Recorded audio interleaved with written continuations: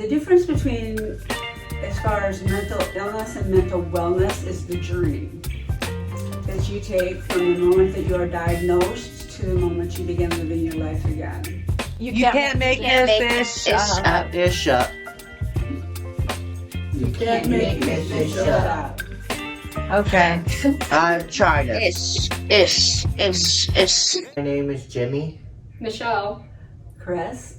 Anna, I read this poem because people don't know me. I walk in your footsteps, but you never follow me.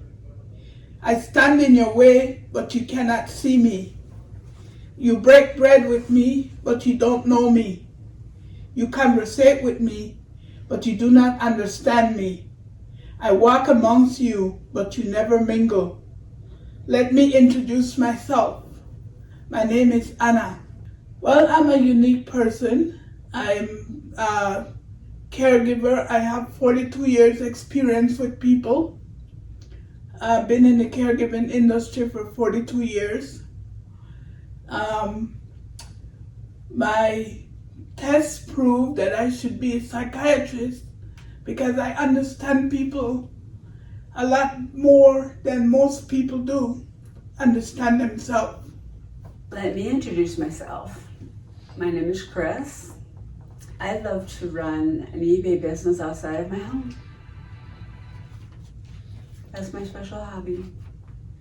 Let me introduce myself. My name is Michelle, and I'm a very creative person, and I love to facilitate a group called Crafting Through Cancer. My name is Jimmy, and I like to make money and buy stuff and go to thrift stores. I like to buy stuff off eBay and buy some Beanie Babies. Baby, those were days. What words of inspiration do you have for someone shifting from mental illness to mental wellness? Mental illness does not define you. Never forget that. Recovery will define you as you recover. I inspire them to ask them, please call me the name my parents gave me. I am not a mental illness. My name is Anna. I wish you would address me as Anna. The difference between, as far as mental illness and mental wellness, is the journey that you take from the moment that you are diagnosed to the moment you begin living your life again. Just because you receive a diagnosis does not mean your life is over. It just means that you're switching paths on a different journey.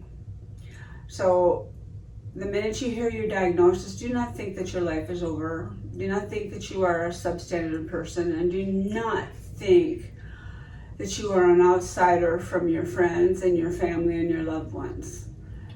You are just a person who has a chemical disorder in your brain, and you need medication to make it balanced again. Always remember that. The journey to recovery with your medication and the guidance of your therapist, your psychiatrist, your case manager, and hopefully the love of your friends and the support of your family will guide you through to recovery so that you will be just as normal as the rest of everybody else. You'll be able to carry on a job, raise a family, have children, drive a car, do everything that you once did, and don't let anybody ever tell you otherwise. That's the best advice that I can possibly give you from where I'm sitting anyway. I can't speak for these two guys. I have a brain fog, but... And I have autism and Asperger's and ADHD.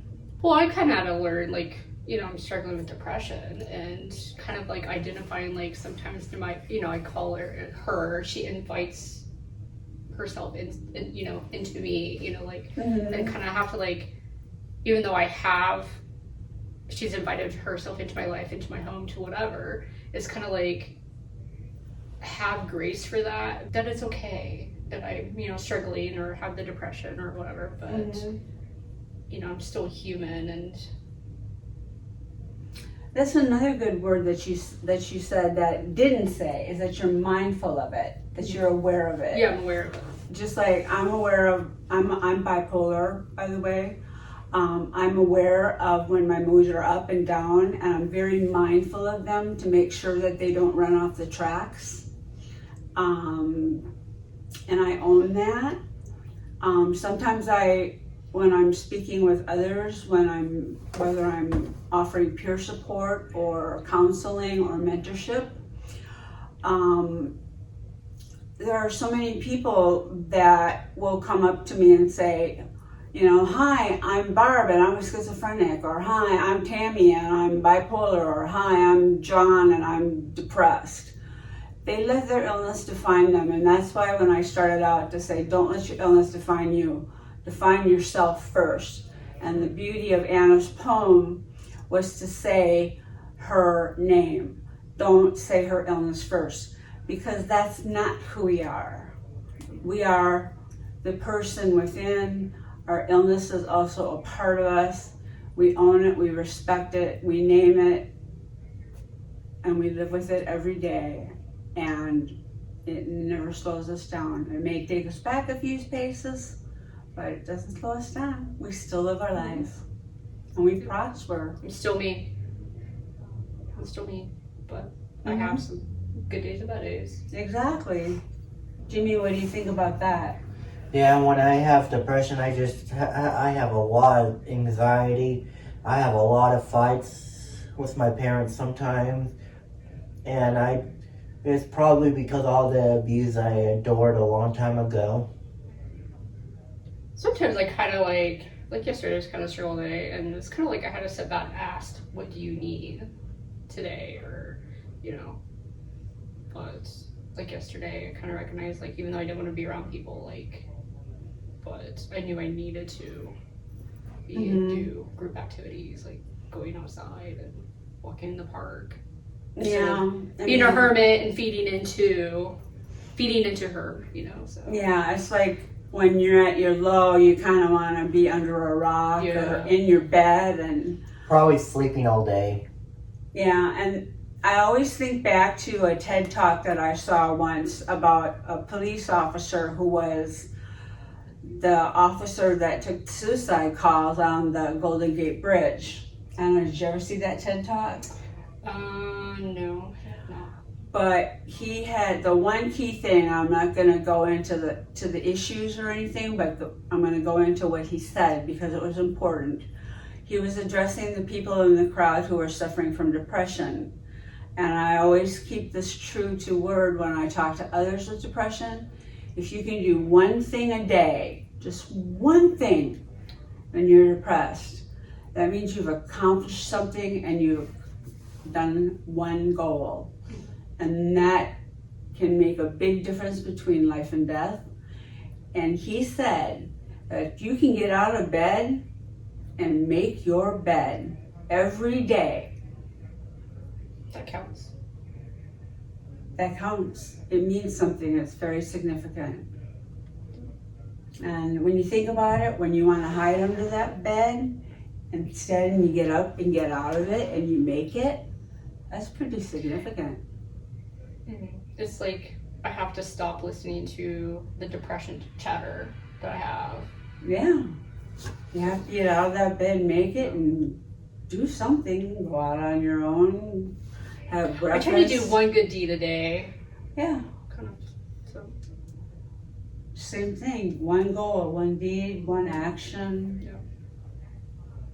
Always helps. What about you, Jimmy? Well, been donating stuff to thrift stores. I worked at Waffle House for the rest of 2022 and 2 months in 2023. And I've been helping a lot of people in this clubhouse who needed it. And that's all. That's a lot. I think also too, what helps me is, like, even though I have like severe depression and fatigue and stuff, but it's also when I facilitate cracking through cancer and stuff, like, I find that even though I'm struggling with depression, it's easier to help somebody else with depression, like talking to the ladies and stuff. So I mean, always talking about some, my mental illness or whatever with other people kind of helps too. Like, I'm not alone. I'm not the only one struggling. Yeah. Makes me feel normal. Mm-hmm. So. And that's what the beauty of the Clubhouse is because everybody that's in the Clubhouse, we all have one form of mental illness or another, and we are comfortable discussing it, and sharing our good times and bad times with each other. And when we do that, it makes us feel better. And we may be helping someone sitting right next to us who may be struggling. And just the giving part makes us feel better here. Because that person may have really needed help and just was too afraid to ask for it. Yeah, it's kind of funny, like when we share stories, and I'm like, "Oh, you've done that too." Yeah, or before on your they highs and lows and your swings or whatever. yeah, or before they would have said anything at all. Yeah. So just sat there. Well, the whole point of our podcast was basically to give you a little insight on mental illness as well as mental wellness. And our discussion here today has been talking about both our mental illnesses as well as our mental wellness and how we take our mental illness and use it also for wellness. And the wellness part of our journey is used to help others. It benefits ourselves. We meet each other where we are. Exactly. And we don't define ourselves by our illness. It allows us to just be ourselves the way that we were. Mm-hmm. What else did I leave anything out? What do you hope the audience receives today? Hope. It's okay not to be okay. And then, Hope. Yeah. And that maybe they'll open a dialogue with their group and maybe find out some of the benefits that we've known for a long time in this group that we have here, and find a balance and harmony in living. And if you have any questions or comments, you can post them down below, and we'd be more than happy to address them in our next podcast. Bye. Bye. Thanks for watching. You can't make this shit shit up. up.